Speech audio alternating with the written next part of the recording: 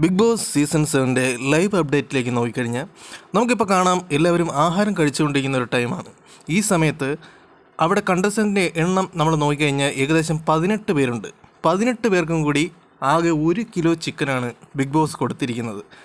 നമ്മൾ കഴിഞ്ഞ സീസണിൽ നോക്കിക്കഴിഞ്ഞാൽ തന്നെ അറിയാം, ബിഗ് ബോസ് എന്ന് പറഞ്ഞു കഴിഞ്ഞാൽ ഒരു വലിയ റിയാലിറ്റി ഷോയാണ്.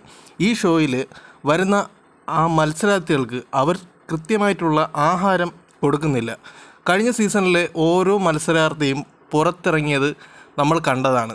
ഉണങ്ങി തൊലിഞ്ഞ് ഒട്ടി ഒരു വല്ലാത്ത പരുവത്തിലാണ് അവരെല്ലാം വെളിയിൽ വന്നത്.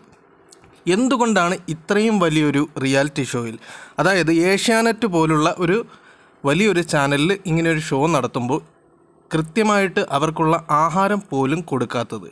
നമ്മൾക്ക് നമ്മുടെ ഈ പുറത്ത് ജയിൽ നോക്കിക്കഴിഞ്ഞാൽ കുറ്റവാളികൾ ആണല്ലോ ജയിലിൽ താമസിക്കുന്നത്. അവർക്ക് വരെ കൃത്യമായിട്ട് നല്ല ഫുഡ് ജയിലിൽ ഇപ്പോൾ നൽകുന്നുണ്ട്.